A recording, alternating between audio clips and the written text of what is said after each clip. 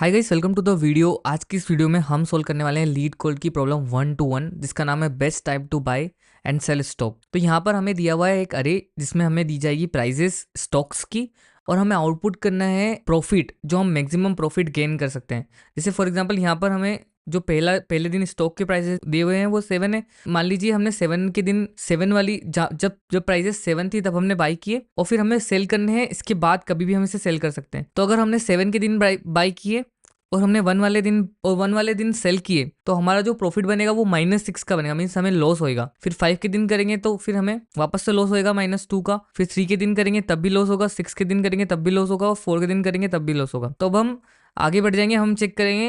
हम बाई करेंगे 1 वाले दिन, हमें सेल करना है बाद वाले दिनों में, पहले वाले दिनों में नहीं सेल करना है। तो अगर हमने जब हमारा स्टॉक का प्राइस 1 था तब हमने उसे बाई किया, हम उसे सेल करेंगे जब हमारा प्राइस 5 हो गया तब, तो हमारा प्रॉफिट बनेगा 4 का। फिर अगर हम उसे सेल करेंगे 3 वाले दिन तो हमारा प्रॉफिट बनेगा 2 का। और फिर अगर हम उसे बाइक सेल करेंगे 6 वाले दिन तो हमारा प्रॉफिट बनेगा 5 का, जो कि अभी तक का मैक्सिमम है हमारा। ठीक है, फिर अगर हम 4 वाले दिन सेल करेंगे तो हमारा प्रॉफिट 3 का बनेगा। तो इस तरीके से हम देखते जाएंगे और हमें बताना है कि हम ऐसे कौन से दिन बाई करें और कैसे कौन से दिन सेल करें तो हमारा प्रॉफिट मैक्सिमम हो जाए, और जो मैक्सिमम प्रॉफिट बन रहा है उसे हमें रिटर्न करना है। तो आइए देखते हैं इस प्रॉब्लम को सॉल्व हम कैसे करेंगे। हमें क्या दिया हुआ है, यहाँ पर एक अरे दिया है 7, 5, 3, 6 एंड 4 और हमें रिटर्न करना है मैक्सिमम प्रॉफिट। ठीक है, और अगर हमारा प्रॉफिट नहीं बन रहा है तो हम सिंपली 0 रिटर्न कर देंगे। मीन्स अगर हमें लॉस हो रहा है तब भी हमें 0 ही रिटर्न करना है। ठीक है, तो अभी हम इसकी 2 अप्रोचेस देखने वाले हैं इस वाली वीडियो में। सबसे पहली जो अप्रोच होगी वो होगी हमारी ब्रूट फोर्स अप्रोच, क्योंकि हम किसी भी प्रॉब्लम को सॉल्व करने से पहले उसकी ब्रूट फोर्स अप्रोच को जरूर देखते हैं। उसके बाद जो हमारी ब्रूट फोर्स अप्रोच होती है उसको हम ऑप्टिमाइज करने की कोशिश करते हैं। तो देखिए, इस ब्रूट फोर्स अप्रोच में हम क्या कर सकते हैं, हम एक वेरिएबल ले सकते हैं मैक्स। ठीक है, उसको हम असाइन कर देंगे 0 से, क्योंकि अगर हमें प्रॉफिट नहीं भी हो या हमें लॉस हो तब भी हमें 0 ही रिटर्न करना है। ठीक है, तो हम इसका नाम दे देते हैं मैक्स और उसको हम 0 में असाइन कर देंगे। ठीक है, अब हम इटरेट करेंगे हमारी एरे में। तो हम सबसे पहले पिक करेंगे 7 को। ठीक है, और हम 7 को खरीदेंगे और हम बेचने की कोशिश करेंगे उसको सारे दिन और देखेंगे कि कौन से दिन सबसे ज़्यादा प्रॉफिट हो रहा है। तो फॉर एग्जांपल यहाँ पर हमने 7 वाले दिन बाई किया है और हमारा जो मैक्स प्रॉफिट है अभी 0 ही है। अब हम उसे सेल करेंगे 1 वाले दिन तो हमारा जो आंसर आएगा वो -6 आएगा, जो कि हमारे मैक्स से अभी भी छोटा है। तो हम आगे बढ़ जाएंगे, फिर हम आएंगे 5 पर। अगर हमने 7 के दिन खरीदा और 5 के दिन बेचा है तो हम चेक करेंगे, हम क्या करेंगे 5 - 7 विच इज़ -2 हो जाएगा। तो अभी भी वो हमारे मैक्स से छोटा है।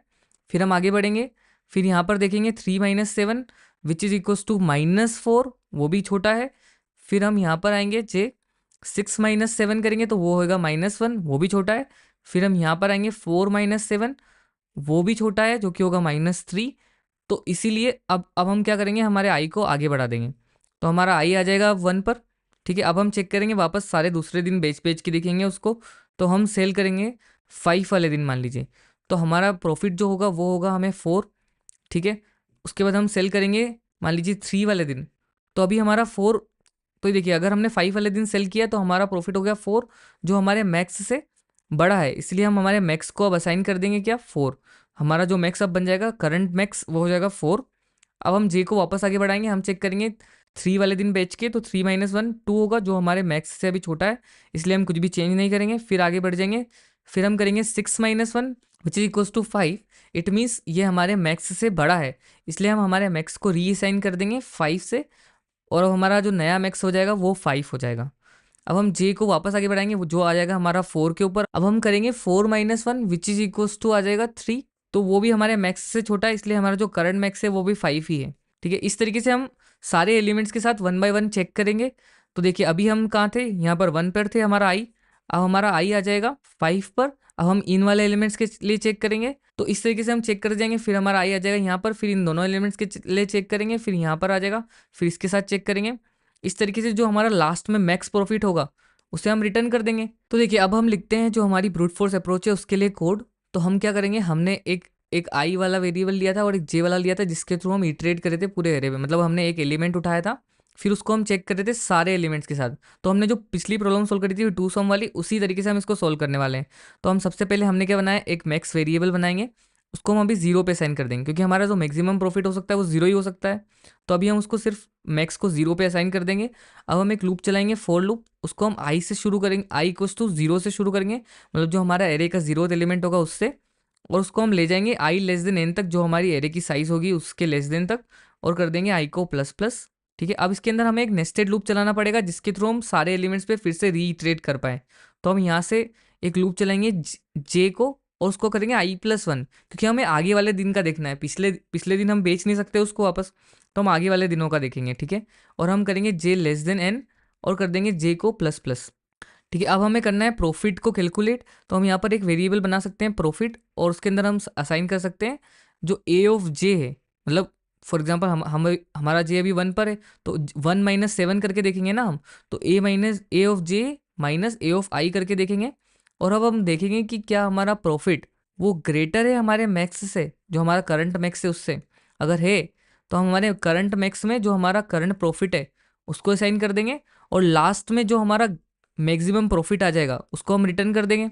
अब अगर हम इस प्रॉब्लम की टाइम कॉम्प्लेक्सिटी को देखें, तो देखिए हमारी जो इनपुट साइज है वो एन है, और जो हमारा पहला लूप है आई इक्वल्स टू जीरो से लेकर आई लेस देन एन तक चल रहा है, मीन्स हमारी ओ ऑफ एन टाइम कॉम्प्लेक्सिटी हो गई सिर्फ इतने से स्टेटमेंट के लिए। और उसके अंदर हमने एक और नेस्टेड लूप चलाया जो कि हमने आई प्लस वन से स्टार्ट कर जे लेस देन एन तक चलाया, मीन्स वापस हमने इनपुट साइज तक ही उसको चलाया। अगर हम उसकी वर्स्ट केस में टाइम कॉम्प्लेक्सिटी को चेक करें तो यहाँ पर फिर हम इंटू करेंगे ओ ऑफ एन का, तो जो हमारी टोटल टाइम कॉम्प्लेक्सिटी हो जाएगी वो हो जाएगी ओ ऑफ एन स्क्वेयर, जो कि बहुत ज़्यादा है।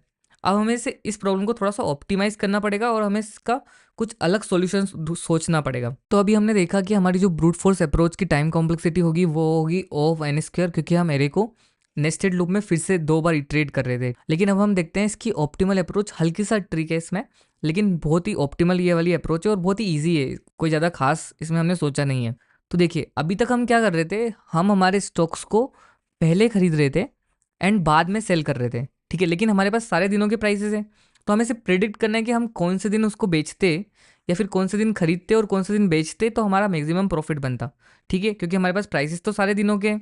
ठीक है, तो हम क्या कर सकते हैं, हम कोई सा भी एक नंबर, हम कोई सी भी एक प्राइस पकड़ सकते हैं, और फिर देख देख सकते हैं कि इसके पहले सबसे मिनिमम प्राइस कहाँ थी, वहाँ पे हम बेच देते, और फिर देख लेते कि ये यहाँ पर हमें इतना प्रॉफिट होता, उस प्रॉफिट को स्टोर कर लेते, फिर नेक्स्ट पे आते और फिर देख लेते। फॉर एग्जांपल यहाँ पर हम 6 को पकड़ते हैं। ठीक है, अब हम देखेंगे कि इसके पहले सबसे मिनिमम प्राइस क्या थी, तो इसके पहले मिनिमम प्राइस 1 थी।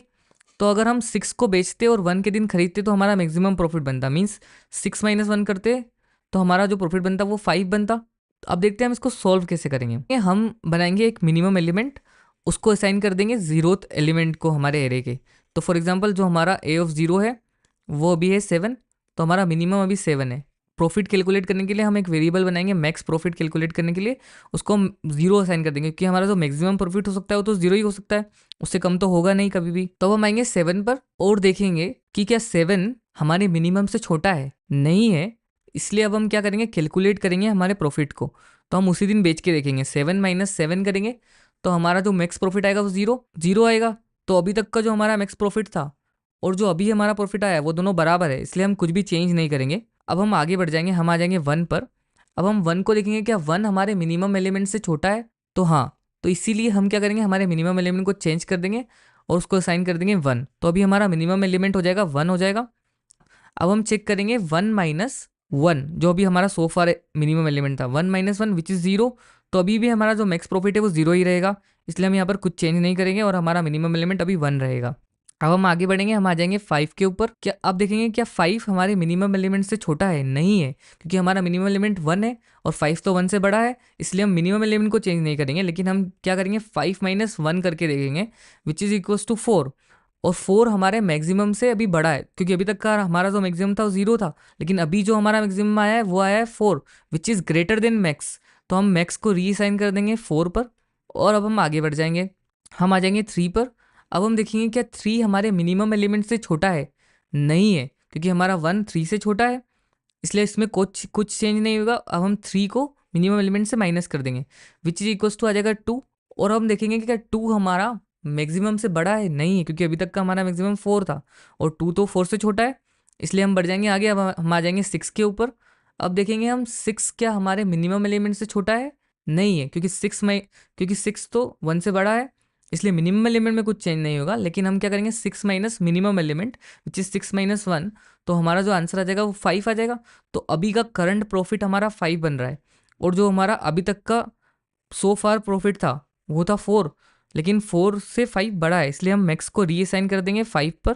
अब हम फिर से चेक करेंगे 4 को, तो 4 अभी हमारा मिनिमम एलिमेंट से बड़ा है, इसलिए मिनिमम एलिमेंट चेंज नहीं होगा, लेकिन 4 माइनस 1 करके देखेंगे विच इज आएगा 3, लेकिन 3 हमारे मैक्सिमम एलिमेंट से छोटा है, इसलिए जो हमारा एक्चुअल प्रॉफिट होगा, टोटल प्रॉफिट, वो 5 आ जाएगा और हम उसे रिटर्न कर देंगे।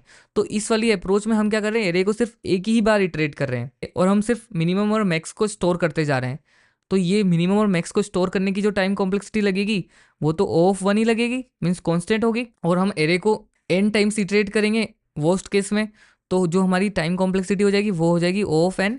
तो ये लिखते हैं अब इसके कोड को हम। तो हम आ चुके हैं हमारे लीड कोड पर, और हमारा कोड हम लिख रहे हैं टाइप स्क्रिप्ट में। टाइप स्क्रिप्ट और जावास्क्रिप्ट बिल्कुल सेम है, सिर्फ टाइप स्क्रिप्ट में हम हमारे वेरिएबल्स को टाइप दे देते हैं। तो फॉर एग्जांपल यहाँ पर हमें एक एरे दिया हुआ है, उसका जो टाइप है वो नंबर एरे है, सिंपल, और यहाँ पर हमें एक नंबर रिटर्न करना है जो कि हमारा प्रॉफिट होगा। सिर्फ इतना सही है, बाकी सारे सिंटेक्स बिल्कुल सेम है जावास्क्रिप्ट की तरह, तो आप बिल्कुल भी टेंशन ना लें और इस कोड को आप लिख सकते हैं आसानी से। तो चलिए, अभी हमने क्या डिसाइड करा था, हम बनाएंगे एक मिनिमम। तो हम क्या करेंगे, लेट मिनिमम इक्वल्स टू, हम असाइन कर देंगे उसको जो हमारा एरे का 0th एलिमेंट होगा उसे, और अभी तक का जो हमारा मैक्स प्रॉफिट होगा वो 0 हो जाएगा, क्योंकि हम जो हमारा मैक्सिमम प्रॉफिट हो सकता है एक्चुअल, वो 0 से कम नहीं हो सकता है, ठीक है। अब हम क्या करेंगे, हम एक लूप चलेंगे for let i equals to 0 से लेकर आई लेस देन, हम करेंगे प्राइजेस डॉट लेंथ, जो कि हमारी एरे की लेंथ होगी, और हम कर देंगे आई को प्लस प्लस।